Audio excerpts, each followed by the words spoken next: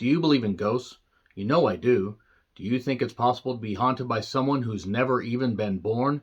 Jumbie wants to be born now.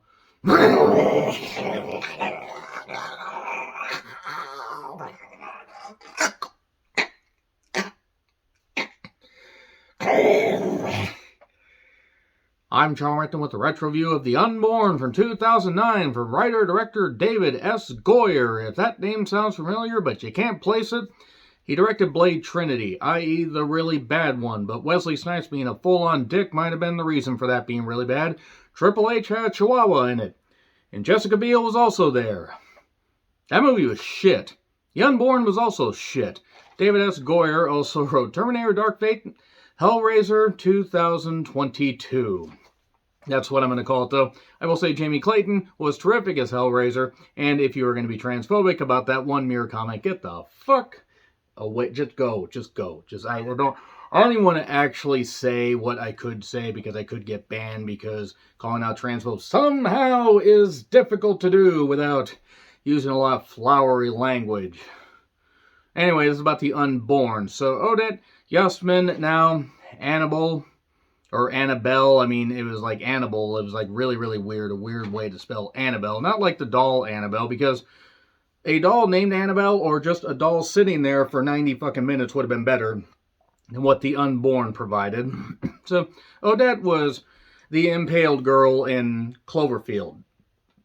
The really pretty one that also was given all of the, about as much charisma as a chickpea would have. A chickpea left out in the goddamn sun. Gary Oldman and Idris Elba were in this. Cam Gigandet, I assume that's how you say it. Cam Gigabyte is what I kept calling him. James and Twilight. And also Megan Good. Before we found out that she wanted to try and reform Jonathan Majors. Really? No, she is trying to do that. And also Jane Alexander. Carla Gugino is in this. They had a lot of people in this movie for this PG-13 horror movie from Michael Bay's production company, and it is shit. Goodness, goddamn me, this movie is shit. It's available on HBO Max if you want to check it out. I have not seen this in years. I did see it in theaters. I saw it again when it came out on DVD, maybe thinking that, it wasn't all that bad, and it was. I made fun of it with a couple friends, and now, why not check it out? Some 14 years after it came out, roughly, kinda. God damn it. So Odette plays Casey, who is haunted by visions of some boy that is seemingly coming after her because plot conveniences. Actually, it turns out that she had a twin brother that died in utero. And now the ghost of this unborn child is coming back to take possession of her, take possession of somebody, because Jumbie wants to be born now. This movie made about $77 million at the box office on a $16 million budget. That is 77 not in the US, but worldwide. And this had a heavy marketing campaign, so it made money, but goodness goddamn me. I mean, Jesus Christ. They also reference Dr. Josef Mengele, which I'm pretty certain I probably mangled that name. The World War II German doctor. They basically like to do experimentations, blood transfusions, organ transplant, and also sewing twins together. Tomorrow belongs to me. Anyway, yeah, this involves a bunch of jump scares, a bunch of loud noises, a bunch of violence that really doesn't end up happening on camera because PG-13. And Michael Bay, further proving that he doesn't understand how to do horror at all. Michael Bay really is a one-trick director and one-trick producer. In fact, he kind of looks like he should be doing tricks in a goddamn horse factory, like on some kind of goddamn horse track or whatever. Maybe at the Kentucky Derby. He looks like he probably would have met the same fate as most of the horses at this most recent Kentucky Derby, just like the Von Erich family. What am I on about? Don't know. The Unborn is ass. It is absolute goddamn ass. Odette is beautiful. I mean, she was beautiful then, beautiful now.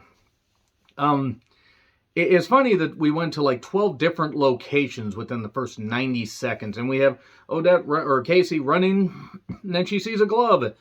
And then this boy is haunting her. And then this bulldog had a goddamn mask over its face. Why? Probably because they were going to give him sausages if he wore that. Not that the dog knew what the hell was going on. And then she's talking to Megan Good's Romy. And hey, can I get your idea on the high school reunion you did with Michelle? Ha ha ha ha ha ha ha. Not sure Megan Good's the right kind of person to ask advice from, given the taste she has in guys. And then Casey's babysitting a couple kids, and then we get, through the baby monitor, the little baby walkie-talkie where they could do, "Here's the first look," and says, "Look in the mirror. Some people are doorways, and some screenplays are snoreways." Not like a Snorlax. I think a Snorlax could have written something better. And yeah, listen to the creepy voice and wander around and follow the creepy voice and follow it to where there's this weird looking boy that's holding a mirror, piece of a mirror over an infant's face. It's fine. It's fine. And then he hits her in the face with a goddamn piece of mirror and says, "Jumby wants to be born now." And then it turns out that, oh no, the dad has to admit, after the mother had ended her own life, played by Carla Gugino, who, by the way, was 38 at this point and pretty much looked exactly the same as she did years and years before. I still remember seeing her in Sin City and just like, good grief. And she still looks great. And she was great in, was it The Haunting of Bly Manor? Is that the one she was in? She was in one of those haunting Netflix movies. Maybe it was the first season. Nevertheless, jump scares and cliched noises and all that, it's so mind-numbingly lacking in anything good. And at one point she cracks some eggs open, there's a giant ant. Oh no, it's ant agonizing, as it were, now that everybody's shut this off because of the really, really bad pun work.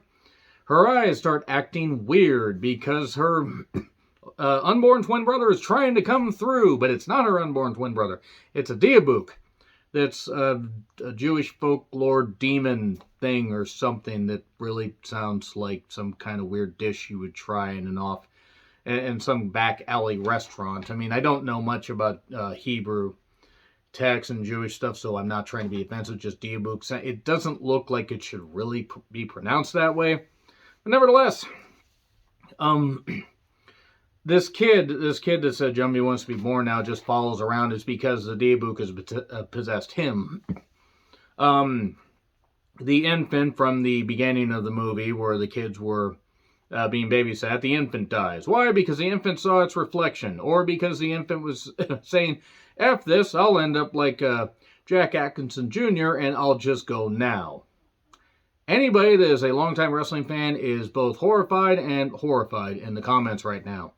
So, Dad tells Casey what happened. It turns out there's this woman, Sophie, played by Jane Alexander. Jane Alexander, who's a really good actress, by the way. Really good actress, and has given nothing to do in this. I mean, she is just made to seem like an idiot. I mean, she delivers her lines well, but good God. I mean, everybody must have been held hostage doing these lines here. And Sophie, it turns out, actually knew the mother because Sophie's the grandmother. Sophie had a twin brother that was taken in the genetic experiments done by the German doctors, Josef, and came back. The Dybbuk had taken him over. Why? Because movie.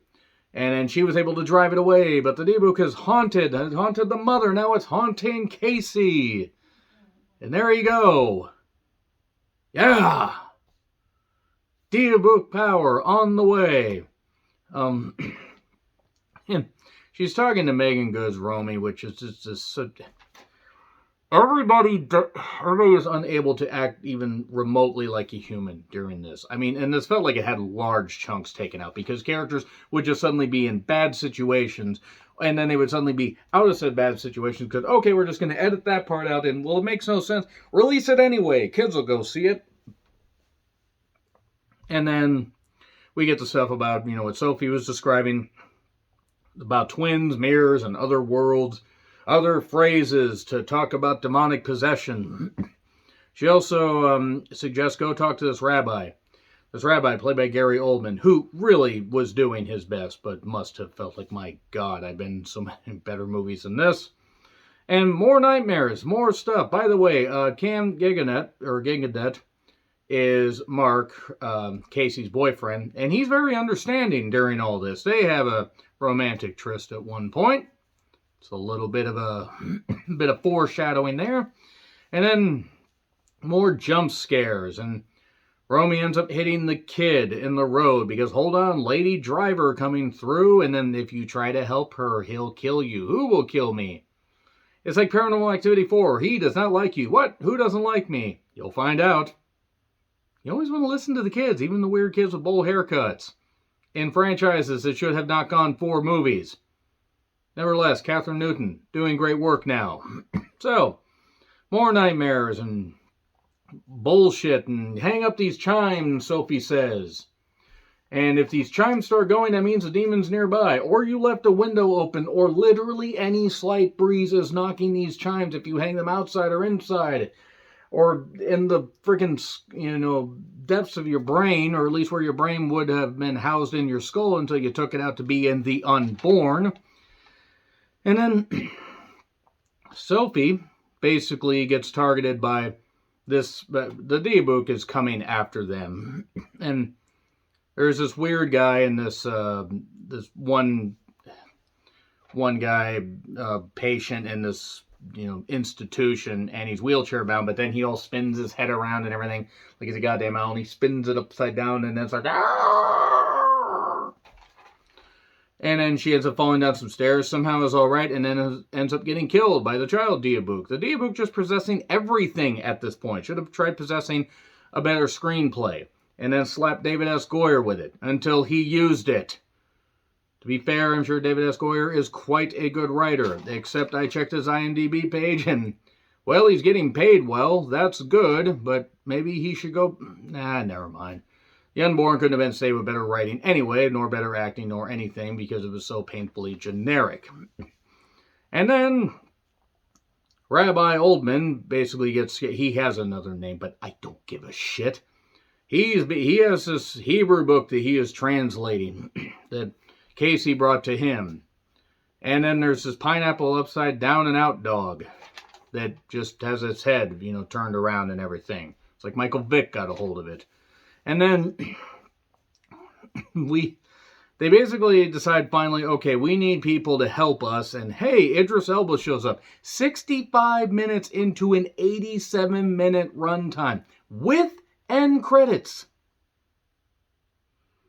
I guess the check didn't clear for a bit. I mean, Idris Elba was still rising up at this point, but come on. He's a Episcopal priest or an espresso priest. I would have rather had him be an espresso priest so he could just serve the demon coffee until it just went all crazy. Maybe they could put Red Bull in the coffee instead of water. Now he can hear noises. Then they decide to get this whole ceremony together. They go to this place where it was the old hospital where the mother had passed away after hanging herself, taking her own life. And they set up and go. They put Casey on a gurney, have her bite down something so that she doesn't bite her tongue. Oldman says stuff in Hebrew. Everybody else chants stuff, including Mark, who is there, despite the fact that he doesn't look like he believes in anything except good hair care products. And then people start getting off. People get bent. People start getting bent and turned around. Don't stop reading. I don't think half this cast knew how to read. And then Idris gets possessed, grabs a hold of Mark, then Mark's possessed, and then Gary Oldman's somehow still alive. Casey hits Mark with the Hebrew, the Star of David necklace thing. They read, and they shoot the demon out, and then Mark flies and lands on the floor, and he dies. But then it turns out, she's pregnant. She's pregnant with twins because Jumbie wants to be born now. Yeah, the Unborn. God, this movie's worse than I remember. Nevertheless, agree, disagree, what I said, like, share, subscribe, Twitter handle in the description. I'm John Rickland. I'll see you soon.